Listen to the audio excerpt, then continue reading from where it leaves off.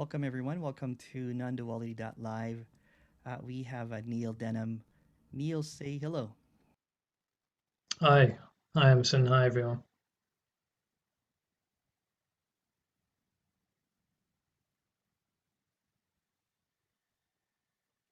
Should I just start? Yeah, go ahead, please.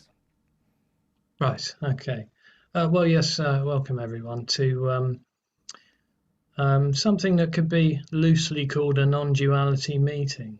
I say loosely because really, non-duality is just another concept. Really, from with this message, what's being pointed to is that non-duality isn't a something that can be recognized. It isn't a something that can be gotten. It isn't a state that can be achieved through a process of some kind. What's actually being suggested in this meeting is that the non-dual, so to speak, is what is already, which is that there is no separation. There is no separation because there is already no one. What's being suggested here is that what's longed for is already everything. So there's no one to become anything. There isn't a somewhere else or a something else. There isn't something to be discovered. There's nothing lost or missing from this, from what is already. So we could also say this meeting is a response. It's a response to a contracted energy which gives rise to the sense to be someone who is separate from the whole. So with this sense to be separate, or to be someone who is separate from the whole, that the person is separation, then begins seeking. Duality is born from this sense of separation. So then seeking begins, because for the person, it feels as though something is missing. So it then goes on a journey to look for something which it feels will make this in some way whole and complete. So it starts to explore, for some people, not for everyone, for some people, with this sense to be someone and this sense of separation, there can be a kind of a noticing that in some way that fulfillment isn't to be gotten from some of the more sort of typical things in life, like work, money, relationships, sex, drugs, that kind of thing. So it begins to explore deeper, more meaningful ways to find fulfillment. So very often it goes on a seeking journey and explores things like spirituality, therapy.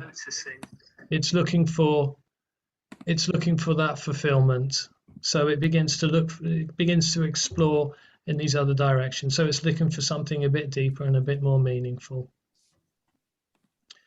So the sense for the someone is to be on a journey to find what's longed for, to seek for this fulfillment. But the suggestion here is that the me will never find what's longed for because there's nothing actually missing. This is already whole and complete. There is already no separation.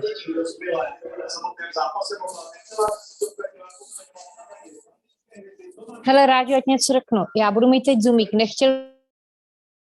Go ahead and unmute yourself, Neil.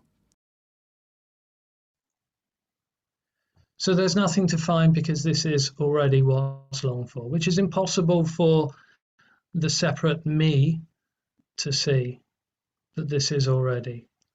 Because that very sense to be someone is that there is somewhere else, there is something else to find what it feels is missing. So I think really, Emerson, I'll just go straight in and open up for people to ask questions. Some people may have already been to a meeting like this and listened to this kind of message before. So we'll just jump right in. There's a few people here now. If you have any questions, you can raise your hand. You can also ask your question via chat.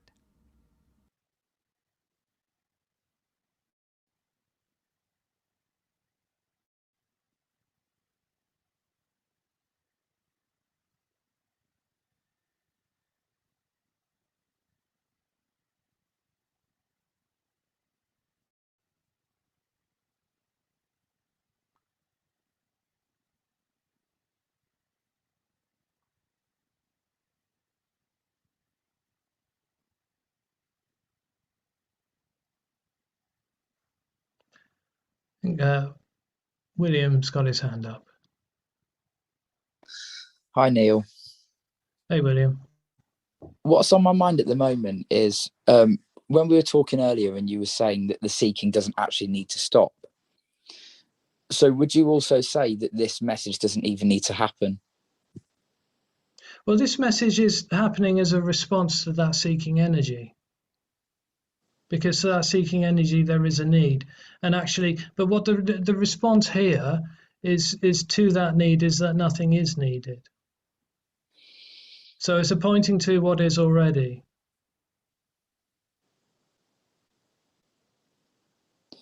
I suppose for the individual, because it always thinks it needs something. And now I think, well, I found this message, even if it was by accident.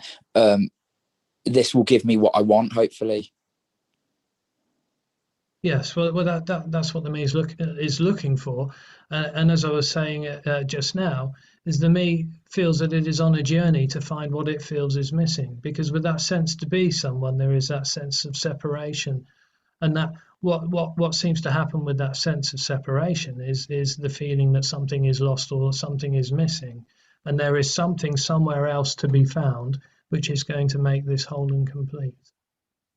So the message is that whole thing is a dream. That whole thing, that whole construct, the sense to be someone is only happening, it's an illusory experience. So because it's an illusory experience, the illusion can't find a solution to the illusion. Because it isn't real, it isn't actually happening. So the me will never find what's longed for because it can never get out of the illusion, and an illusion cannot dispel itself. So obviously listening to the message can seem to be relaxing, or it seems the seeking can start to get softer or less intense around this communication. And then the dream is that that's taking me somewhere. Yeah, well, that's part of the dream, to be on a journey. And what the me does when it hears this message is it will try and add it to its experience or add it to its journey. How can I use this to get further along on my journey, to find what I feel is missing, or to find what's longed for, or to find something that is going to make this whole and complete. But of course, this is already whole and complete. So there's actually nothing needed. So there's no actual journey. The whole sense to be someone who's on a journey is a dreamt reality. It's a dreamed experience, and that's what becomes obvious in the end: is that there is actually no one to be on a journey, and that even that experience. Sorry, just to finish. Even that experience to be someone on a journey is what's longed for, appearing to be that experience, and that's the impossibility. So me can sort of get a hold of concepts like there's nothing being everything. No one understands that, of course, no one knows that, but it can kind of work with some of the concepts we might talk about with this message, like this is timeless. It can look at something like time, even conceptually, and think, well, yeah, I can kind of get that, time is in some way apparent. Sometimes it goes faster, sometimes it goes more slowly. But what the me can never see is that what's longed for is already. So it's also that seeking experience. It's also that sense to be someone who feels separate. So this is so whole, it can even appear as a sense to be separate.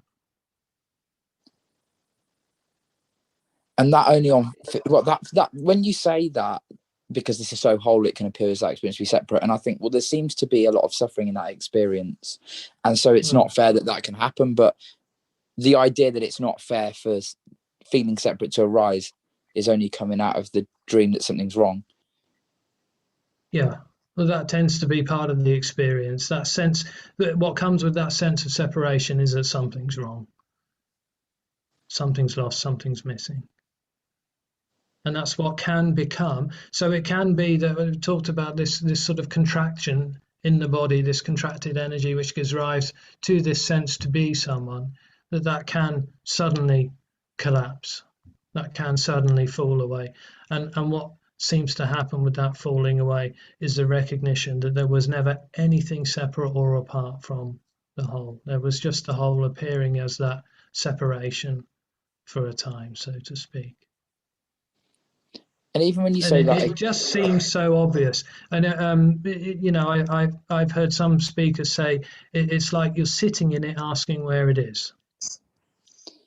How do I find it? Where is it? It is this. It's this talking now happening. That's what's long for. I'm resonating with this energetically, but I can't. My mind is just saying no, Neil, no. But I can feel No, a of deep course. relaxation arising in my like upper body, like in the front, like my chest, my stomach, and that. Because like some speakers say, this is already known in a way, and I guess obviously that's not about the knowing of the me, but something resonates, doesn't it? Something's recognized, yeah. Something recognizes the no thing that's being shared in this message. The no thing there is recognizing the no thing here or in the message. There's not just no thing here, everything is no thing. This whole communication, this talking happening right now is no thing appearing as that. But in some way, the no thing there is the no thing there that has the sense to be something is recognizing the no thing here, which no longer has the sense to be something, or more specifically, someone. And that's both relaxing and confronting. Yeah. Well, it can be relaxing, I guess, in a way. Part of what this message can do also is it can kind of deconstruct, in a way, some of the sort of false ideas and beliefs around sort of so-called awakening, if you want to call it that word, or liberation or freedom. And that's usually, a lot of that is about the kind of ideas and conceptions that the me has about liberation and freedom and what it should look like, how it should be. Oh, it has to look a certain way. It has to be like this. Freedom has to be about being peaceful and never losing your temper, or it has to look a certain way. Freedom is this, but it can't be that and that and that.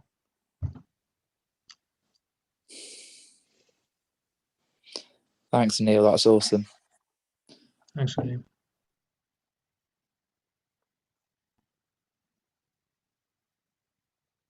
Thank you, William. I have a couple of questions here. The first one is from Kane. Can you talk about peace? Yeah, well, I think that's also one of the things that the me imagines freedom should be. Unconditional freedom should be peaceful all the time. There's certainly no one being at peace or feeling at peace all of the time. But a lot of, I would say, the neuroticism that comes along with that sense to be someone is gone. That falls away with that when there is no longer the sense to be someone.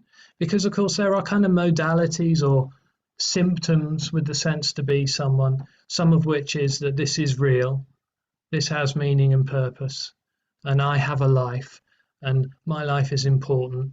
And because my life is important, the choices and decisions that I make are important, because they're going to get me what I feel I need in order to make my life work. So it takes on this whole kind of energetic responsibility in a way,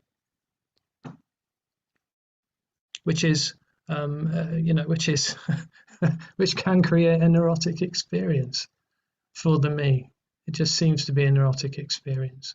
So when that experience falls away, or apparently falls away, of course, then there's no longer that neuroticism. But I wouldn't say, I wouldn't say that. So anything can still arise. So anxiety could still arise, but it's just not arising for someone. So feeling, I'm trying to think of what the opposite of peaceful is, but feeling non-peaceful could arise, but that would be unimaginable peace arising as not peaceful. And that would, of course, not be arising to someone or for someone. That would just be wholeness arising as whatever that is.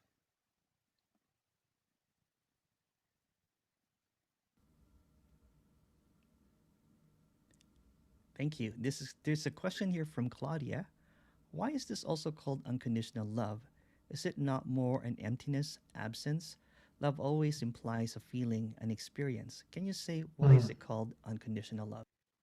Well, I would say that's the difference between unconditional love and feeling love for something or for someone. The unconditional love, the unconditional part really means it could be anything. And there just seems to be, it's just difficult to describe. There just seems to be, in that melting away of the separate sense to be someone, there just seems to be a kind of a falling in love. I know that sounds a bit kind of romantic, but it's not for something or for someone, of course. It's really just indescribable. There is a deep sense of just a falling in love.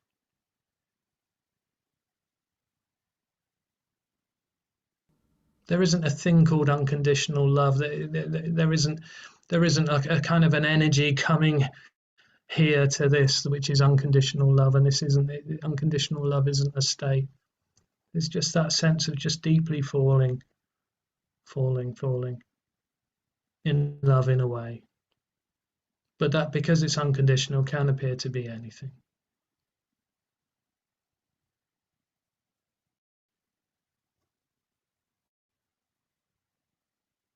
And your co-host William is back again. Go ahead. Yep. Go ahead, William. Sorry. Hi, William. Hi, Neil. So basically, when I'm listening, and I said on the one hand there's relaxation happening, on the other hand there's this sort of rejection, like, no, it can't be this, Neil. That it's, in a way, it's almost like the me, if there was a me, is listening to the no thing, describing no thing, and sensing the emptiness of it, and going, this is too empty, this is too nothing, like there's nothing to get hold of. Well, but that's the me responding in that way. This is too empty. There's nothing to get a hold of. It's emptiness resonating with the sense of itself. And that could never be too much. Because it is itself, naturally, just naturally itself. Whole and complete, which is empty. But it's empty fullness. Yeah, that's what I was going to say, because the me kind of, well, at least here, is sensing the emptiness and being like, oh, this is shit. If everything's completely empty, I want something I can get. I want something I can get. But it can't. But I think that's the thing, because the me kind of hides or veils over the fullness or the aliveness or whatever word. So it can only see the empty. It can sense that emptiness and feel afraid. It can't get any sense of the fullness, would you say? Well, the me can probably get a sense of emptiness at times and can get a sense of fullness at times. Certainly, I mean, here there were what I would say is kind of seeking experiences, where there might be sort of meditations where there was emptying the mind, that kind of thing, and there was a sense of just sort of less thinking, or maybe a sense of emptiness.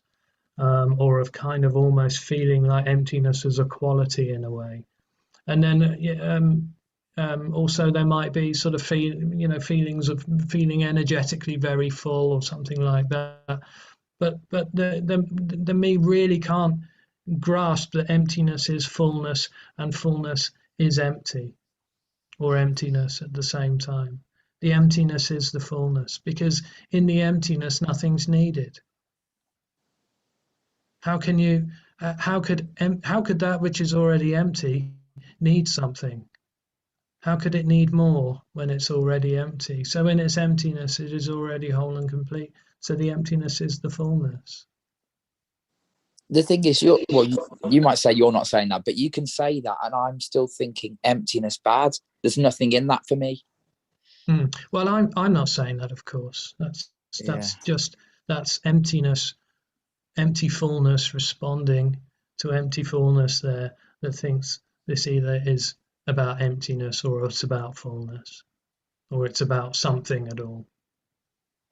Because the fullness, because you're saying emptiness is fullness, I'm still dividing them like they're two separate things. But the fullness or you said empty fullness, is everything. So it's not, because you were talking about seeking experiences. So in the seeking experiences, the me can get something and it thinks, oh, I feel good now because I got this thing I've been wanting for a while, or that made me feel good for a couple of days. Or maybe if I do that again, I'll have another good experience.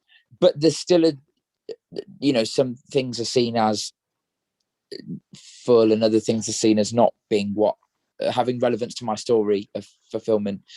But when there's no longer the sense of anyone, then everything is that fullness. So the things you like, the things you don't like.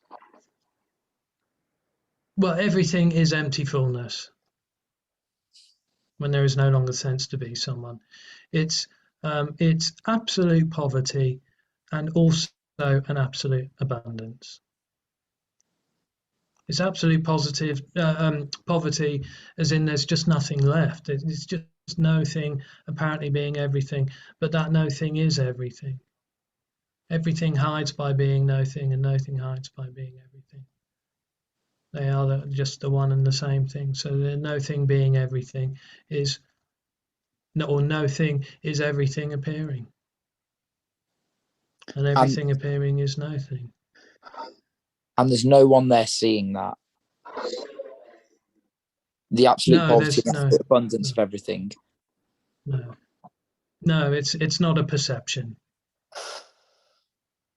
It's not a perspective, or a seeing even. It just is like that. Apparently, of course. I want to say I'll take your word for it, but I still want to say you can't. Don't take my word for it. No. Thanks. It's unbelievable, isn't it? Yeah, totally unbelievable. Completely. Well, I'm thinking, how on earth, can you say that if it's not something like a perspective? That's what I'm thinking. Well, no one could say that. Because it isn't a perspective. If it was a perspective, then someone could say that, because it would be from a perspective or from a position, from an understanding of some kind. Thank you. All that happens in the end is that the need to understand, the need for a perspective, just collapses with that sense of a position or with that sense of here. So all viewpoints collapse in terms of, because this is about unknowing. So all the concepts the person holds as truths, like, things are this way and those things are that way and blah, blah, blah, blah, blah. That collapses all the viewpoints. I'm not sure entirely what you mean. Do you mean the sort of opinions on things, or not so much opinions, but these kind of held beliefs about why everything is the way it is and how things. Yeah, well, there's no longer a need for beliefs about what, why this is, or life, or anything like that. There's no longer, beliefs are really something that the me creates as a way to kind of find its way through life, as a way to try and make sense of this. But of course it can't, because this is completely without meaning already.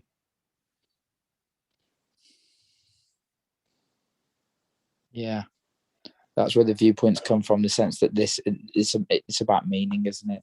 This means something. Well, it's a need. Beliefs satisfy the need of the individual, which is for this to be known. So the me will create certain belief system as a way to make this known. It's awesome. Thank you. Thanks, William.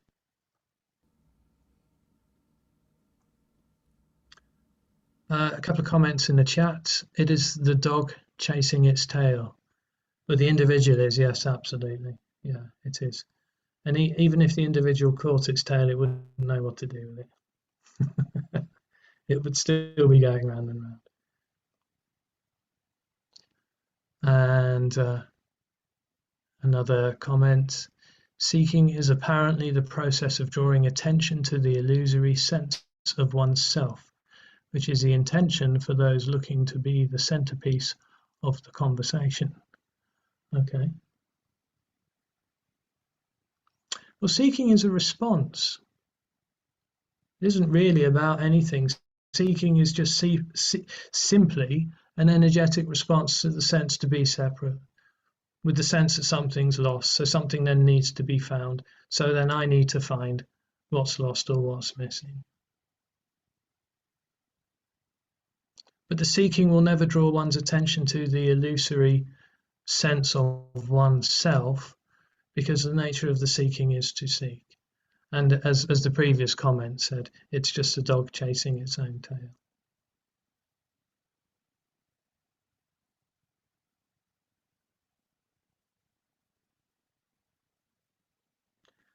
Hi Neil, do you ever discuss this message with your family or friends? Not really, no. If a question comes up, there might be a response, but no, generally not. It just doesn't really come up. It's maybe hard to believe, but it's just not important. It's just not a big thing. It's just a seeing of the natural reality, and that's just how it is. And yeah, there's no need to discuss it. So there's no kind of standing in the queue at the supermarket and tapping someone on the shoulder and saying, by the way, all there is empty fullness. Did you know there's no one shopping? It just doesn't come up. All of that stuff just sort of seems to continue as it seems to continue.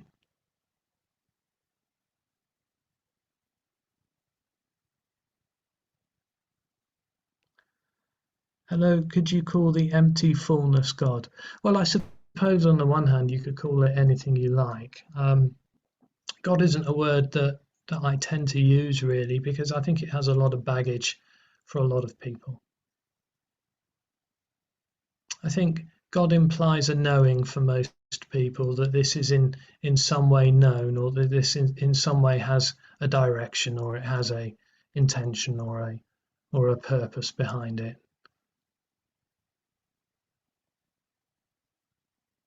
So it's not a word that I tend to use, because I think it has a lot of baggage. Another comment, the expectation that my prayer will make that person better. Is this me expecting, or is it wholeness? Well, everything is wholeness, just appearing to be whatever that appearance is. But for the person, there may be an expectation that praying or meditating will bring about what's longed for. I think for most people, prayer and meditation has an intention to change what is, to bring about something different, something better, a better experience for themselves. And there's nothing wrong with that. The suggestion here is that there is no one, so there is no way to bring about a better experience for the person, or to get any closer to what is felt to be missing, because it's just whole and complete already, naturally as it is.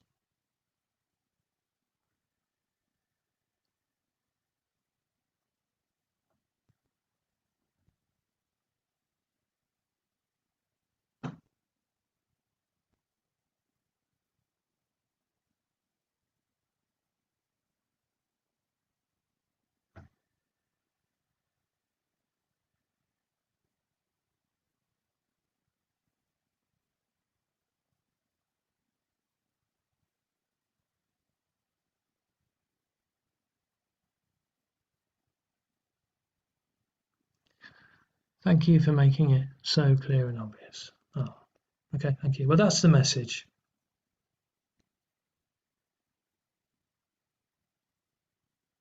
There's no one here who has an understanding of what's being said. There's no one here who has an experience of what's being said.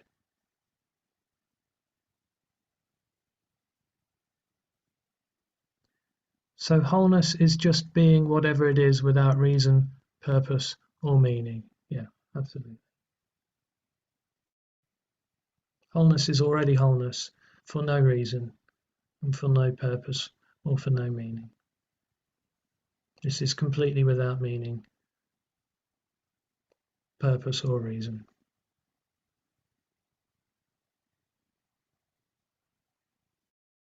Is there still an experience of the body or anything else? No, because actually what's being pointed to here is the end of the experiencer. So there is still an appearance of the body. So if one was to stub one's toe, then there would be pain. Yes, of course. But there's no experience. There's no one in the body or as the body having an experience of the body in that way. So there's no experience of anything actually happening because there is no experiencer.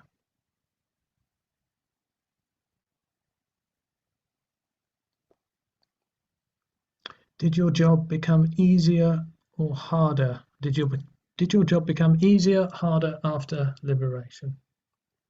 It's just simply a job being a job.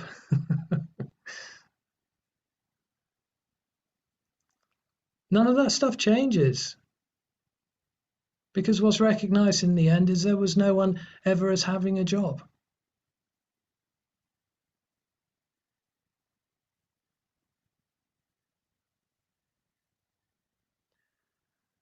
Someone asks how to get to that seeing. Well, there is no you, so there is no one who can get to that seeing.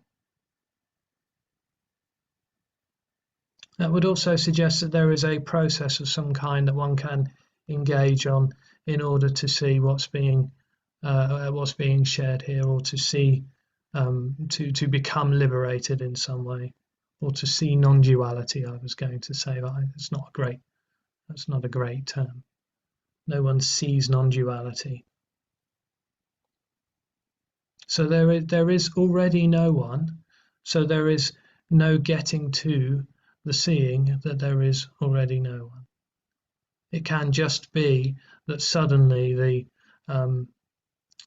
the trying to get to the seeing, or the attempting to get to the seeing, can just energetically fall away.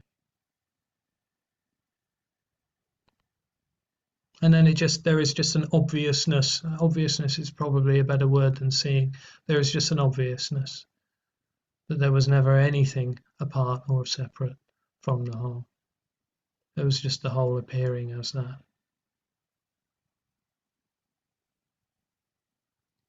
If there's no experience, what is it you feel? Sensations and perceptions are different? No, I wouldn't say so. So when there is a sense to be someone, there's a sense of being here. There is a center. And it seems to be then that everything else is happening to that center, or being experienced by that center. So when that center falls away, there is no longer an experience as happening to the center. So there's no actual experience happening in that sense. But sensations and I don't know about perceptions. Perceptions seem to be something that happen in the dream story, to be someone really having a certain perception in a certain way. And what's being shared here isn't a shift of perception, because that would just be another position. There's just no one here as having an experience. And that's actually the same there too. That's nothing special about this at all.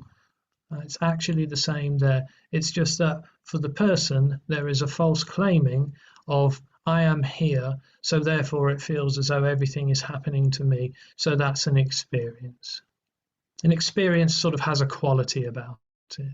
I'm here, I am experiencing.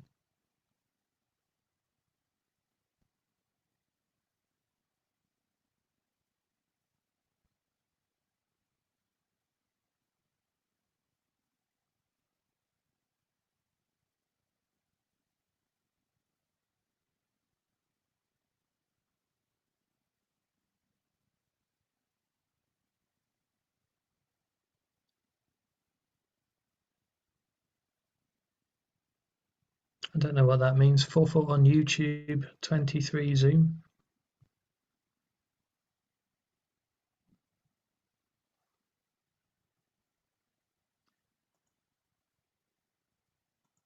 And William. Hi again. So you said that the illusory experience of being a person comes out of a physical tension in the body. Seems to, an apparent tension in the body, yeah. So when you say apparent tension, you mean it's not really there? Well, apparently it is, yeah, but everything is just apparent. Okay. And the physical tension, because you've said to me before, when it falls away, it's recognized how all pervasive it is, like every fingernail, every eyelash, Mm. and that kind of Yeah, thing. no, it's Just, yeah. sorry. No, go on. Yeah, you were saying. Well, what I was going to ask is that tension physically uncomfortable? Well, no, there's no way to get out. So when there is that tension or that contraction in the body, it seems to be intrinsic to the whole experience of the person. So that tension or that contracted energy seems to arise in everything else too. So there's no way to get outside of that tension, of that contracted energy. That's actually awareness. That contracted energy is awareness. So there's no way to get outside of the awareness of me, of that self-awareness, to be able to then reflect back on that tension, because it's just intrinsic to the whole thing. So there's no way to kind of sense that tension while there does seem to still be that contraction in the body. There's no way to sense that. There's no way to get outside of it, because for the person, or that for that contracted energy, it's the whole thing. It's the whole experience.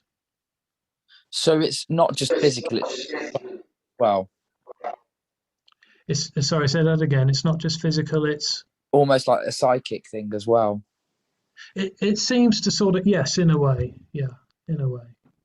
Yeah, Because it's a contracted sense to be someone or to be here, which then becomes a knowing, which is a claiming and a knowing of a position of here, which then becomes the I, or I am here. And that it's with that claiming that duality is born, apparent duality, of course.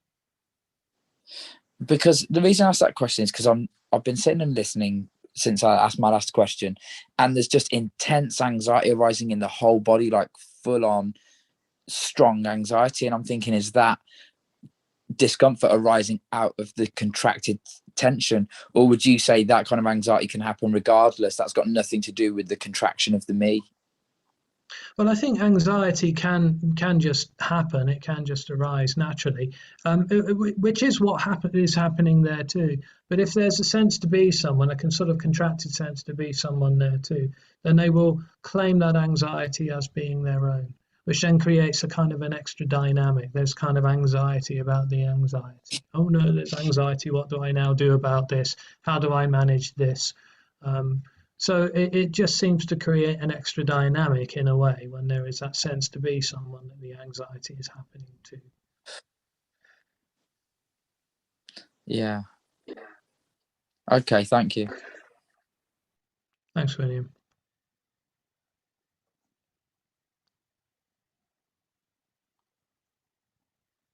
Is seeking an obligation or guaranteed happening whilst there is an I or a doer? Yeah, seeking seems to be the natural kind of response to that sense to be someone, because the I is separation. Separation isn't something that the I creates. It isn't a thought. It isn't a belief or a false belief in some way. The I, the sense to be someone, or the I am, is separation. So in some way, every I is seeking, but not everyone is seeking perhaps in the same way that some people are when they are looking for that sort of more deeper or more meaningful answer to the problems of life, so to speak. You know, the sense of separation. So some people may be seeking in work or money or something like that. Not everyone seems to question the kind of the deeper sort of fundamental sense of, well, what is life? Why am I here? What am I doing?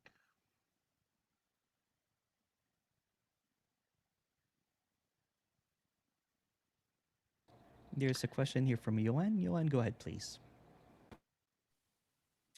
Daniel, Hi. wanted to ask you if you would say that this message could be considered as like another possibility from, let's say, like the perception of me and the world, or that like individual setup. Would you say that like it's like another possibility? Because I've heard like Tony Parsons use that word. Sorry. Yeah. Yeah. Well, I think when the seeker, if you like, comes to a meeting like this, then there can be an opening to another possibility, which is what's being suggested here, that actually the whole sense to be someone is an illusion, or it is illusory. It's a dream experience, if you like. Yeah. There can be an opening to that other possibility in that sense. Okay, but wouldn't that make like two possibilities, like some sort of duality, like, you know what I mean? Just having this and then another possibility. That's what confuses me a little bit. Yeah. Well, it would be for the person, of course. Yeah, whether there is a being open to another to one possibility or another. Yeah, of course. Yeah. Okay. In the end, there is no message. And there's In no the end, possibility. there's no possibility of something else or other, but then there's no impossibility as well. It just doesn't really become about that in the end. For the person on the seeking journey, there may be an opening to another possibility, in that perhaps this whole sense to be someone isn't real. Right. Okay. Well, okay. So that just makes one possibility then, because one of them is illusory, or just an illusion, I guess. Yeah, well, I think for a lot of people who would come here, they perhaps hadn't considered that a possibility before. And actually, quite often, if someone isn't open to that other possibility, or to a different possibility, or to what's being shared, then there can be adverse reactions. Should we just say that? Should we just say that way? Mm-hmm. Yeah. So I think when Tony Parsons is talking about another possibility, I think he's talking about an openness to this message, that for some people there can be an openness to another possibility. All right. But see, like, why I'm asking this, I think, is just that sort of feel like I'm getting stuck there in a way, because I recognize that resonance or that openness in a way, but then I sort of like make it a thing, or make it like, well, this other possibility, almost like it's another reality, or something I could grasp, or maybe I could tune into it, so it just, no, totally. Like this resonance feels like something like I have to use it in a way, like it's pointing towards something. There's this feeling. Well, for the person, quite often the resonance is interpreted as being meaningful in some way, which must mean that I'm more open to this, or I am open to this. So perhaps there's a possibility for something to happen. Right. Okay. Thanks. Thanks, Johan. Eric, would you like to unmute yourself? Hi, Neil. Hello. Thank you for your talk so far. I tuned in a little bit late, but I'm just sitting here with this feeling that I don't know why I keep ending up in these kinds of talks.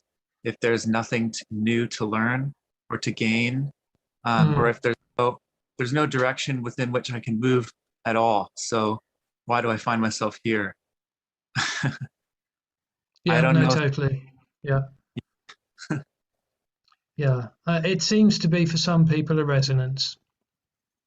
As I was speaking to William, I think earlier, is that the no thing there can sense or resonate with the no thing in this message, or to what's being shared in this message in a way. And that's something energetic. It really doesn't have anything to do with the words, because the words are hopeless. I mean, it is a hopeless dilemma for the person, because it's being confronted here with the futility of seeking. That its efforts aren't going to bring about what's longed for, because what's longed for is everything already. Yeah. I just came across this idea in meditation of, well, on one side of this duality, we try to avoid the contents of consciousness and seek stillness in meditation. On the other side of this duality, we see that all contents of the mind are it, if that makes sense.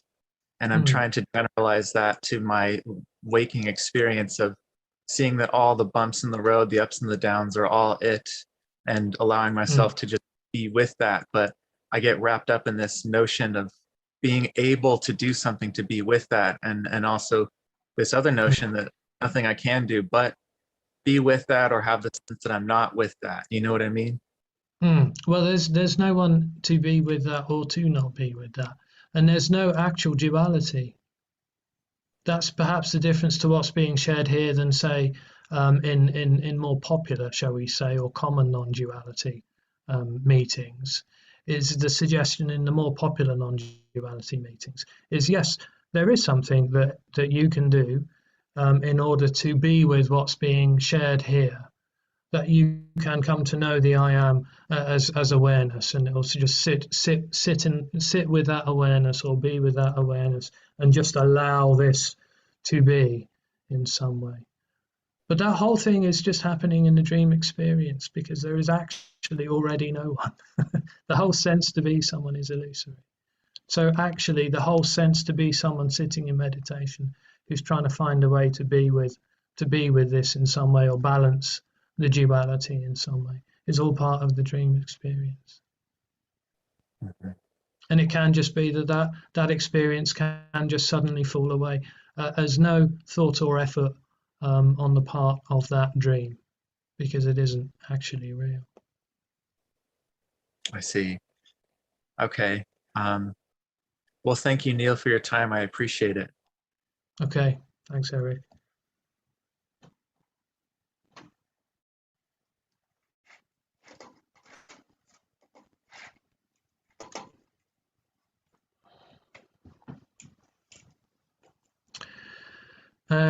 Message in the chat. Can you talk about the feeling of constantly trying to be someone or something? Is that all the me is? No, well, me is the energetic sense to be someone.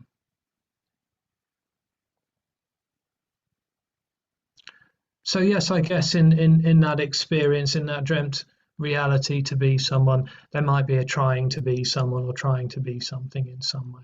That seems to be the sort of part of the dynamic to be someone, that it's trying to become something or someone else in some way, or it's trying to be a certain way, or become a certain thing. It's constantly working on itself, and you've probably noticed. the me feels the me feels it's separate to everything, including itself, so it feels it needs to work on a relationship with itself as well. So it's constantly trying to improve on its experience and how it is, because it thinks it needs to be a certain way in the world in order to bring about a more comfortable experience. But the whole thing is, it's just happening in a dream reality.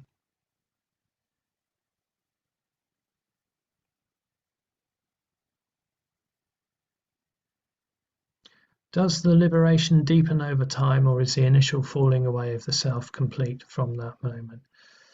In a funny kind of way, there does seem to be a deepening. But what's seen is there is no self. So I don't know. I really don't know whether there is just a kind of a residue left, something residual from that experience. I don't know. But there does seem to be a deepening.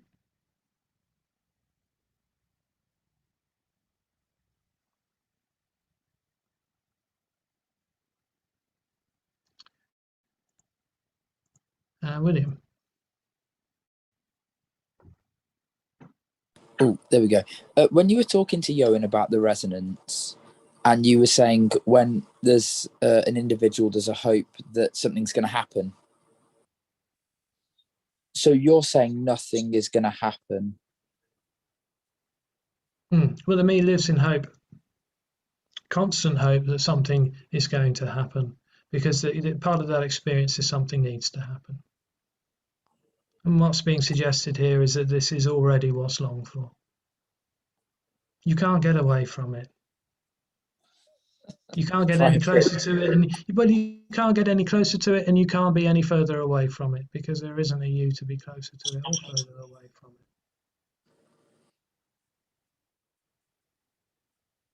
Right. So even the sense that something needs to happen is this. Absolutely, appearing as that sense that something needs to happen. But there isn't a somewhere or a something else. This is what's happening. There's no other possibility, and that's hope. Hope is always somewhere else. Hope is the hope for somewhere else or for something else that's going to be better than this. Home is this. This is home. It is already. Because we were talking earlier about change and how change appears, but it's also timelessness appearing as change. Mm. So, like, for example, tomorrow you're going to be doing something else, I assume, or maybe even later today you might be eating something or talking to someone else, not in this meeting. To me, it seemed like something happened from point A to point B. This is point A. We're talking in a meeting. You're answering questions. And then point B is later on where you're either eating or doing whatever, not in this meeting, watching something on TV, I don't know. So it seems to me like something happened for there to have been a change. Well, to the person, it would seem like, yes, that something has happened in order for there to be a change, because it's living in that real sense of time.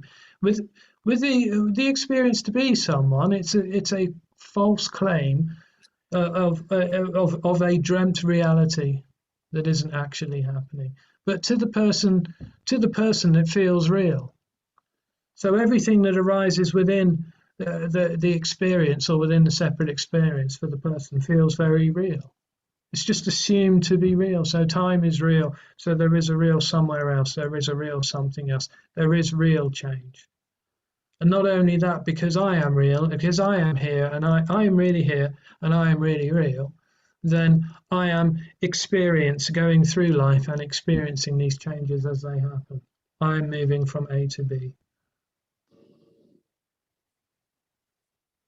But everything you're talking about there, I mean, even conceptually, you can kind of get, well, that's just a thought arising as this about the future, a possible future. Yeah. Okay, thanks. So there's no other possibility than this. And this is only an appearance. It's neither real nor is it unreal. There's no other possibility. So this couldn't be anything else. Well, there's nowhere else for something to happen too. Where would you fall away to? Well, the story is it hasn't happened yet, so it has to be in the future. Where would something be lost to? Yeah. Nowhere. Okay, thanks. Thanks, William. And Eric, would you like to ask your question? Oh, hello again. Yeah.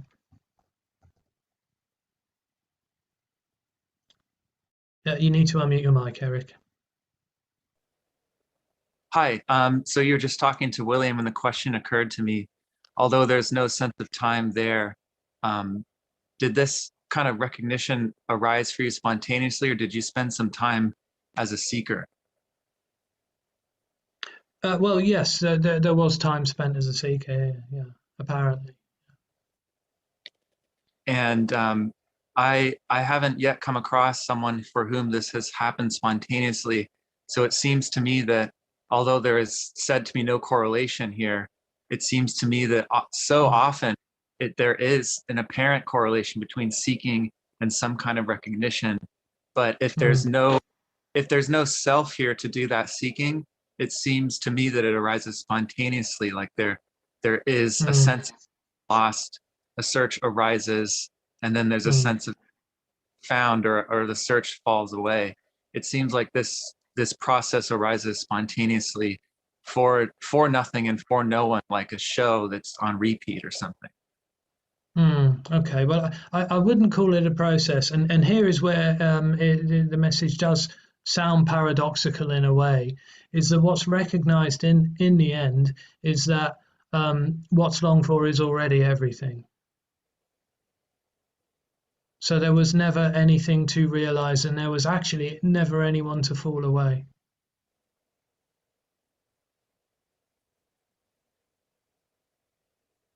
When you say the first part, I feel an immediate resistance. I feel this sense of Mm, seeking and a sense of longing. Like, mm. so what that says to me is that even that seeking and longing has to be, as William and you were saying, has to also be it. Of course, absolutely. Yeah.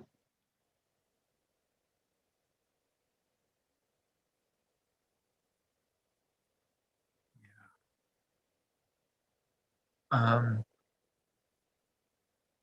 yeah. And at that point, I have nothing else to say, really. I just, Mm, mm. And that's the part that's really impossible to see for the person, or for that sense to be someone, is that it is also that too. So what the seeker's looking for is a conditional freedom, a freedom that is somewhere else, that looks a certain way, that feels a certain way, that is a certain way. And whatever that is, I don't know, but it can't possibly be this. There's one thing for sure to the seeker: it can't be this. And that's the undeniability in the end. That's the surprise. It's this.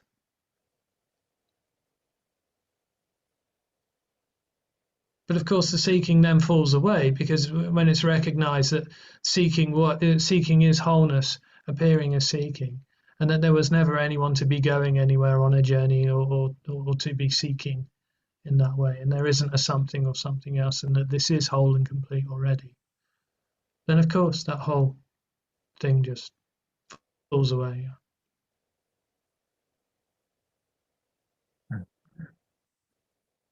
I see. Well, I don't want to take up too much of your time, but when you say that, I just get stuck in this feeling of where's my responsibility, and like, if there's nothing to do, but I have this sense that, for example, I need a better job to have a better Mm, situation in my life. mm. Will I just remain in that position until a change arises by itself? Like, I have. Well, yeah, sorry to speak over you, but that would be the sense that there is someone there who needs to do something about a job or not. So if a changing job happens, that's just an energetic response to what's happening. There may be a changing job. What happens when there is a sense to be someone is there may just naturally be a changing job, and then there would be a claiming of that, as I did, that I am changing, this is my job, or I am changing my job. The me just sort of comes in and claims everything for itself, as this is mine, this is my journey, this is a part of my journey, this is my job, I'm making these decisions, I'm making these choices so that I can have a better outcome. It may just be that a changing job naturally happens. Okay, so the plans and the intentions that the me has and the reasons why a job change needs to happen are just parts of the story of that me. In a way, me doesn't really have any intentions. It's just energetic. It just seems to be there. It's awareness of what's happening. And part of that awareness is it just seems to energetically claim what's happening as this is happening to me. And that seems to be a complicating factor to what's appearing, whatever. Because this is happening to me, I now need to manage this. It's my responsibility. So it's my responsibility to make choices and decisions to bring about a better outcome for myself. That's all unbelievably just naturally happening. But I shouldn't feel irresponsible because the act of taking responsibility arises by itself. So I can rest assured No, that that will come about. well, there isn't a you. There isn't a you to either take responsibility or to not take responsibility.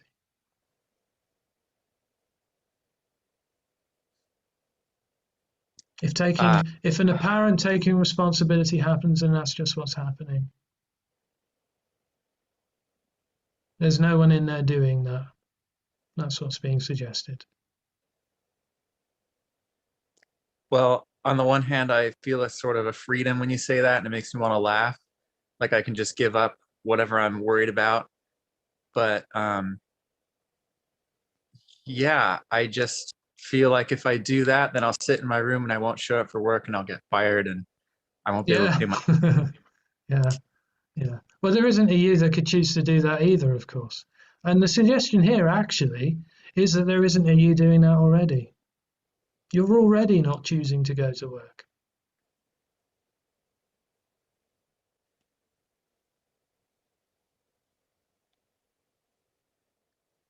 Yeah. That's the unbelievable part to this. There is already no one.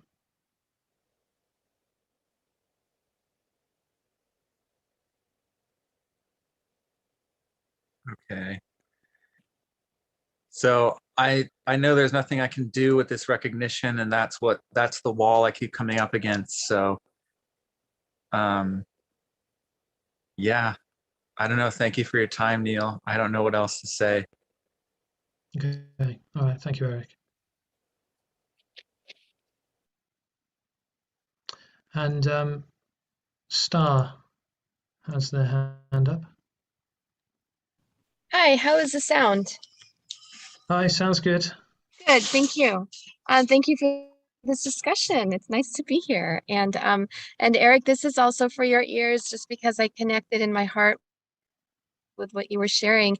Neil, the question I had for you, I think sort of has been answered, but I do want to clarify. What I heard in your answer to Eric was also a sense of being versus doing.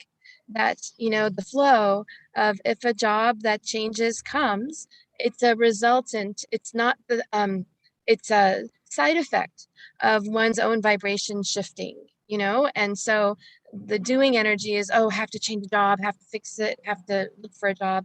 And how I hear it is being energy is, okay, what is my, where is my consciousness right now? What am I experiencing? How am I relating to what I'm experiencing? And as that shifts, Well, then the circumstances around us, whatever they are, job, relationship, housing. Oh, I'm sorry, noisy here now. Did you hear this, or it got cut out? Yeah, no, I hear you. You did hear it? Oh, okay. Yeah. Yeah, so that was one just sort of, I guess, takeaway from listening to you, of the being versus doing, which has been my theme. Like I've been a doer getting redirected into being. And then what I heard in Eric's question, which is like, my version of it is, oh, I feel I'll be negligent. I feel like I'll be irresponsible because I've so been about responsibility, right? And identity and ego there isn't kind actually of a you. There isn't a you to be with anything. In the one hand, what's being suggested here is all there is being, appearing as doing or appearing as whatever. But there is no one being. There is no thing being. And there is no one who is there is no consciousness. So that's the dream, to be someone is the noticing. Yeah. And the noticing is the feeling too. Like, how does it feel for me to be sort of, I'm using the words me loosely because I have simplicity as a priority right now. Okay. Okay, so the noticing of effortful and trying and working at, as opposed to what happens when I pull the quote irresponsible card and see what happens. I'm putting that in quotes Well, because the message is there is no you to do anything. So the sense to be someone who has to either do something or not do something, or notice what's happening, or be with what's happening in some way is illusory. It's not real. that's fine and fair. It doesn't shift what I'm sharing right now, which is Okay, that there's an awareness in stepping that's the back. dream. That's the dream. Awareness is the dream. Awareness is separation. And I don't mind that for the sake of saying the sentence that I'm trying to get out, which is there is the stepping back that has been coming forward in life for me of late. And it's like, oh, like I know I need dental care, right? And it's the difference between, just as an example, between all the research that I was doing for the right kind of dentistry and the right dentist, and then working hard to get an appointment, and then not having the right special setup that I need there for some other things, all that effort, as opposed to laying way back and saying, okay, I know that my teeth need fixing. And that can, I mean, that there's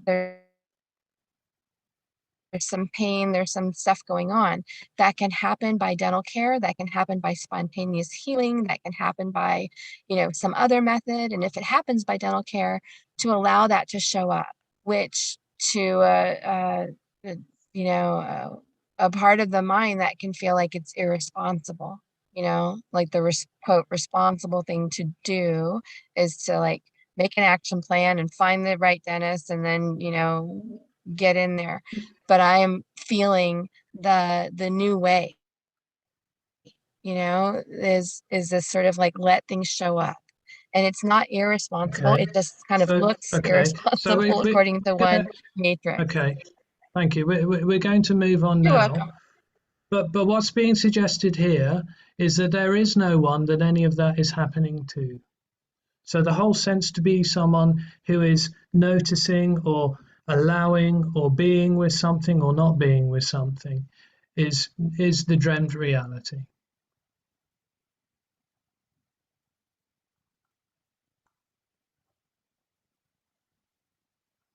Message in the chat. This is so.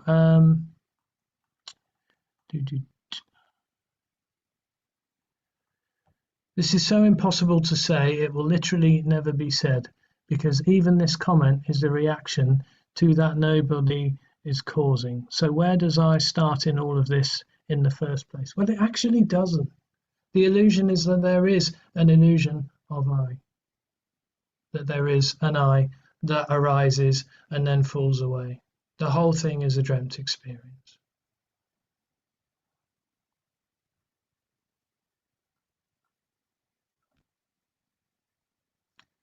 And it's already too late for the me because it's just too spontaneous to even understand. Well, there isn't a me to understand this.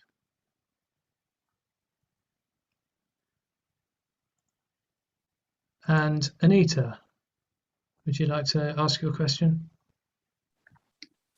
Hi, Neil. Hello. It looks like a lot of people, including myself, have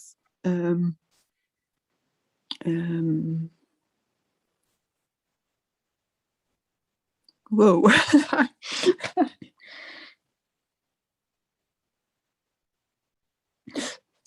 Yeah, no, another way. Yeah, it's strange. It's really strange.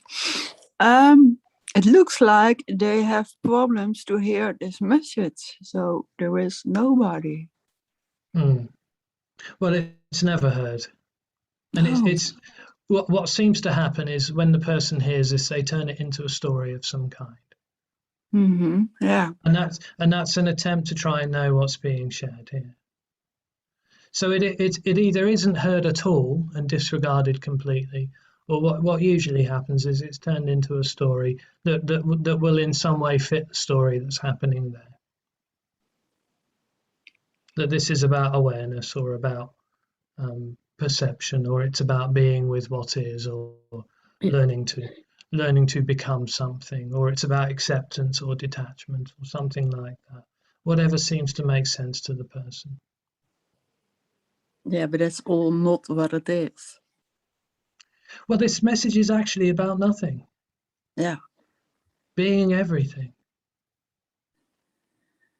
So it has nothing to do with the person. Mm-hmm. It has nothing to do with you. Certainly has nothing to do with Neil Denham.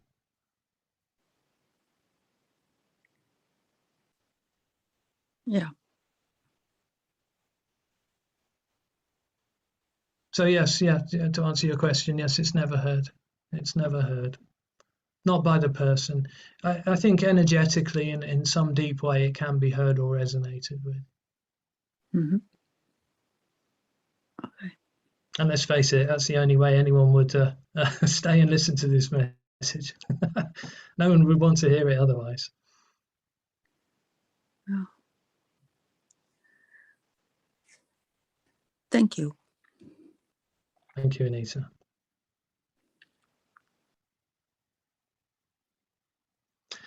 How can what is already cause itself or affect what is? It's impossible.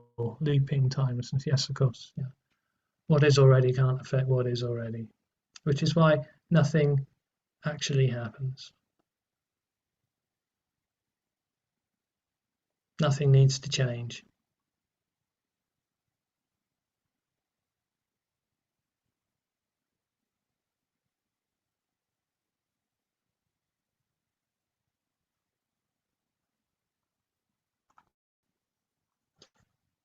And a message, this is the house at the end of the block, dear.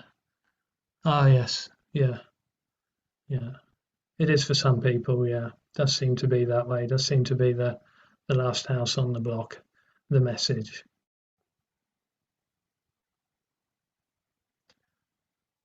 Can there be a feeling, irritation, or avoiding other humans for no reason? Well, yes, yeah. There can be irritation, yeah. Or there might be avoiding someone, yeah.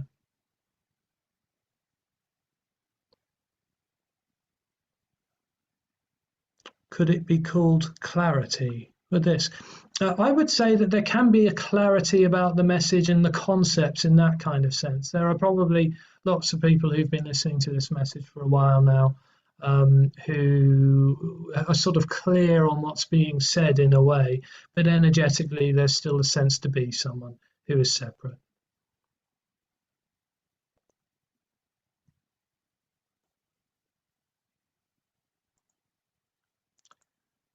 William. Hi again.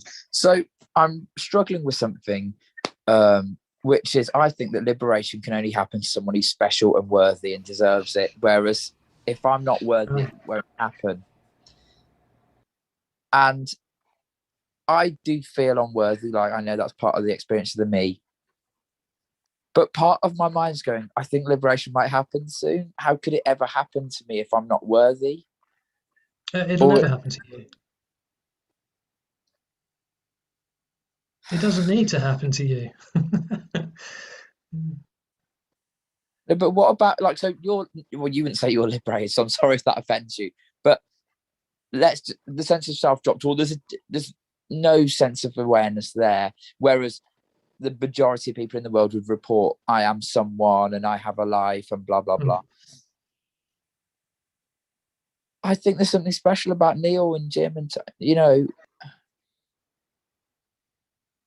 you don't think you're special what happened there and not in no, of course not. How could what is already be a special happening?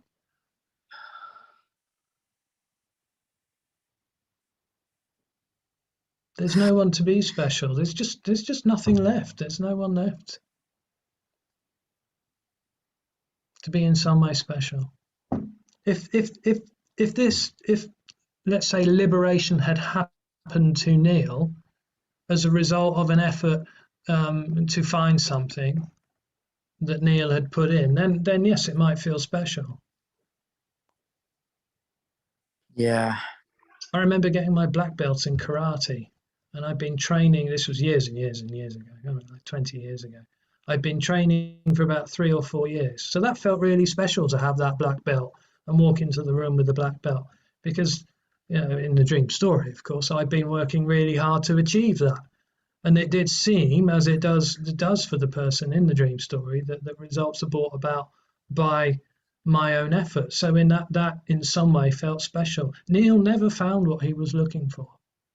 Neil never found the solution or the answer to apparent separation. Neil was looking for it one day, and then he suddenly wasn't.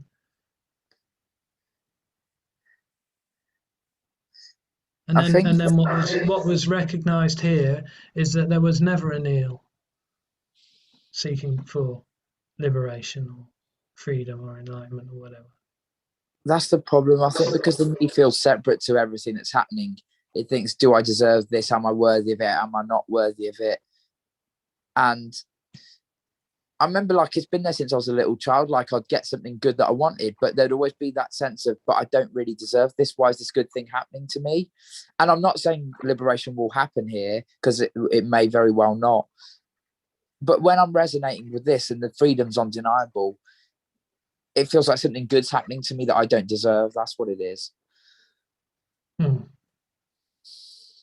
Yeah, but the sense for the person is that what's happening is happening to them. So it'll then judge that as being good or bad in some way.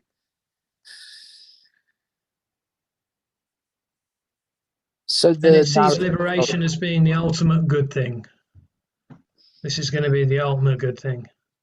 And liberation will bring about fulfillment because it's the ultimate good thing. And because it's the ultimate good thing, I'll no longer need any more good things.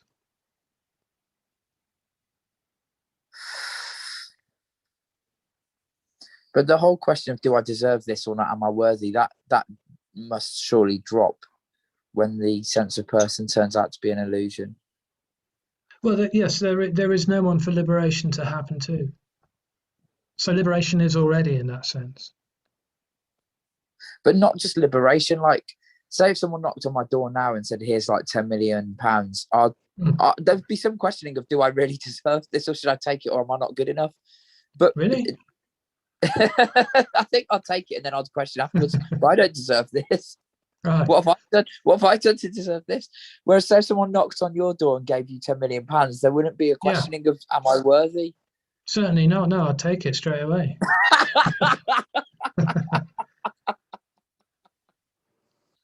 It wouldn't be a second thought. It wouldn't even be a first thought. I will take it too. Yeah, we'll share it. There'll be enough. We'll split it between the three of us. Okay, thanks, William. I'm going to move on to some questions now in the chat. Thank you.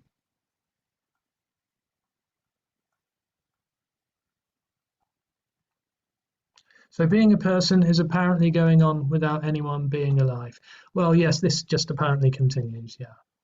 There's just no sense that it's continuing for someone or happening to someone.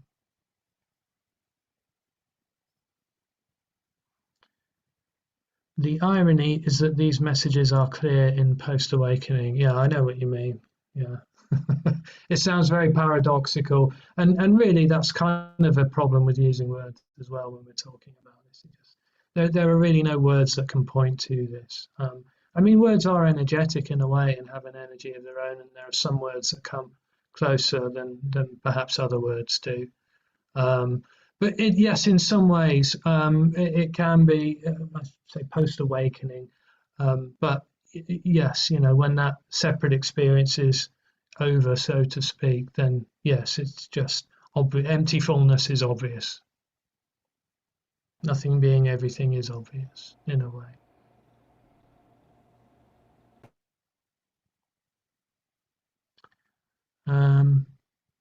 So I don't need to get a life. Just kidding. No, you already haven't got one. The person is just another mind-brain activity. Yeah, but I would say it's an energetic felt thing in the body to be a person. There's then sort of other things that are added to that energetic sense to be someone here, such as like we talked about earlier, sort of belief systems, that kind of thing. So they can kind of feel like a kind of a mental activity in a way, or a mind's brain activity in a way. But yes, I mean, yeah, I would say the person is the sense to be someone, to be real, to be here.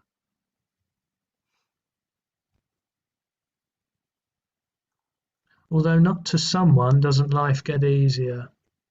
Well, no, I would have to say no, because there is no longer someone that life is happening to where it's easier or harder. What's apparently happening. That's essentially what's being shared here. There is only what is appearing to happen.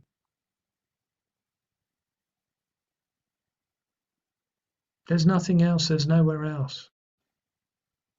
This is already what's longed for. It seems that the personal experience is to control what is happening within or as what's already happening. Yes, in a way. The person is the knower, or the energy of the person is to know.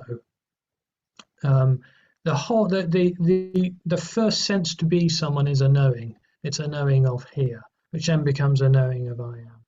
And then that sort of knowing starts to grow, and what happens with that knowing, there then comes more need to know. So me wants to know more and more and more and add it to itself in a way. So that whole knowing energy seems to it's a story, but it seems to build and build.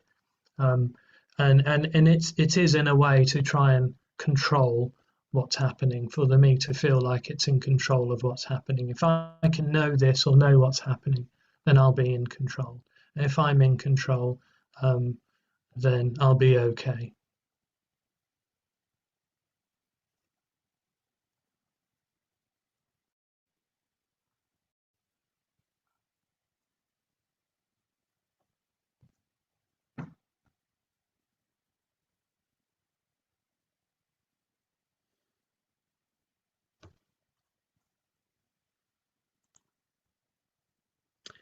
And William? So part of the experience of being a person is trying to become worthy and do things to prove to yourself that you're good enough. Well, that seems to be part of the narrative, yeah, this kind of self-narrative, yeah. It feels as though it has to live in relation to everything that appears, including the appearance of the sense to be someone. So, I mean, this is the impossible task for the apparent person. It's managing its relationship to its life, to other apparent people, and also the relationship to itself. So there's a whole narrative going on all the time about how to be with something, how to accept something, how to become something. It's always looking for ways to be, which are going to bring about a better experience for it. And that whole need comes out of the sense to be separate. And so when there's no longer the sense of there being anyone, there's no one who could become a better or worse person. Well, there's no one who could become good enough or any of that story. No, I'm not really sure. What do you mean by that question, mate? The person always wants to develop itself, work on itself, improve itself, find out a better way to be, all of these things. And I think a lot of that seems to me to be attached to I'm not worthy or not good enough yet. I'm going to improve myself and become better a year from now. Yeah, it means insecure. There's a sort of an insecure. It has a sort of an insecurity about it, an insecure energy. Yeah. That whole sort of sense to be someone, or that whole sense to be separate. Yeah, it's a kind of it has an insecure feeling about it. Yeah. Okay, thanks. Thanks, William. And Anita. Yeah, maybe I followed in the past too much Buddhist teachings, but can you say there is interrelated nature? Interrelated nature? Yes. Okay. I don't know what that means. Okay. Thank you. Oh, okay. No, I wondered if you were going to explain it. That's all. I don't know. Is that a Buddhist concept or teaching of some kind? Yeah, it's a kind of Interrelated nature. All right. teaching, yes. Oh, right. Okay. Yeah, no, I've never heard it. That's all. Yeah. Okay. Okay. Okay.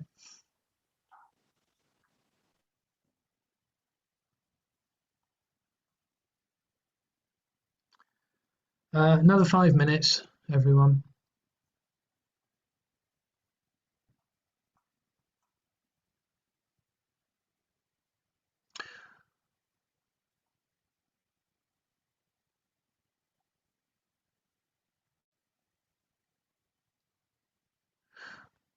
It seems that the personal experience is to control what is happening within or as what's already happening. Oh, I think I already read that one. Next message, but I mean compared to what was apparently happening before, the heaviness of being someone. Okay. Well, there does seem to be a kind of a burden in a way. It's a bit of a story, the sense to be someone. Is the me feels it's responsible for its life. And is responsible for the appearance and for what's happening. So it's now up to me to manage that. It's now up to me to manage what is appearing in my life. So yes, that can seem heavy. There does seem to be a heaviness about the me, that me energy. Haha, so absolutely no one was ever born to ask a question in a non-duality meeting. No, of course not. I'm just going to switch the light on.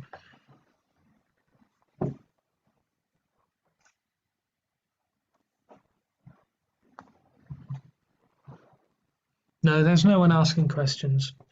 No one's asked a question at this meeting.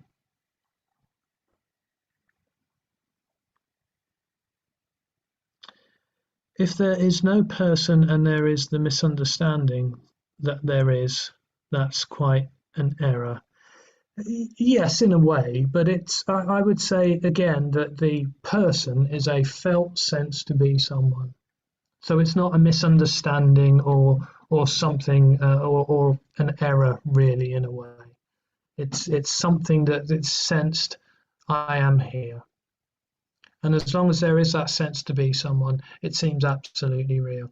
And I would say there's absolutely nothing wrong with that at all. There's no suggestion that there's anything wrong with that, because again, all there is wholeness. So that's wholeness appearing as that sense to be someone.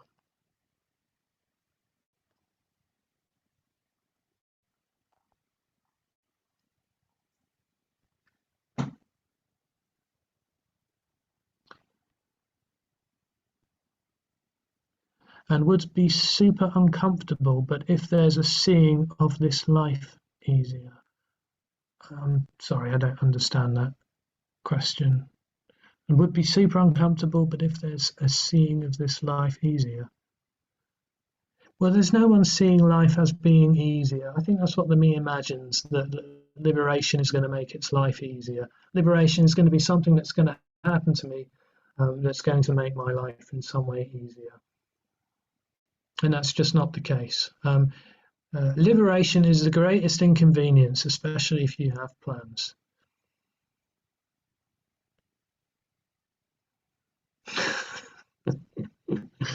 If you have plans, and this happens to you, you're screwed.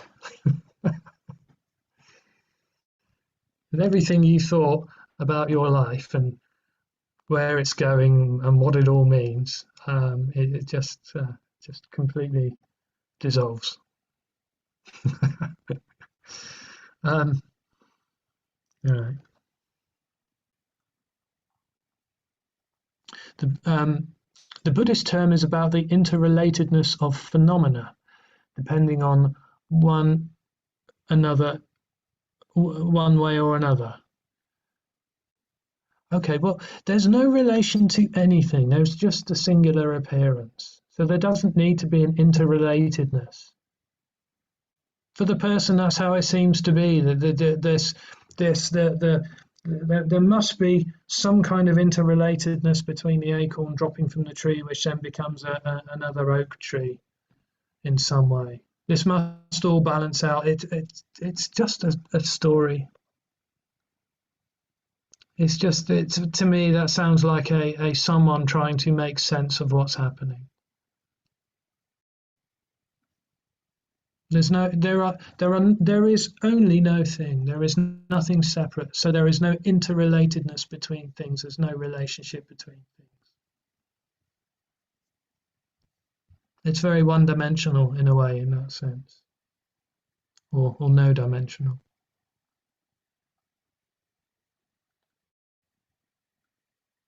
Oh, you're welcome. Thank you.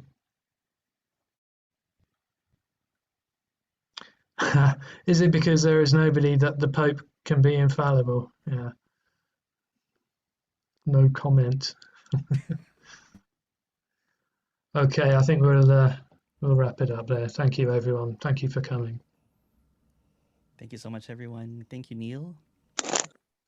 Everyone can unmute yourself and say bye, Neil.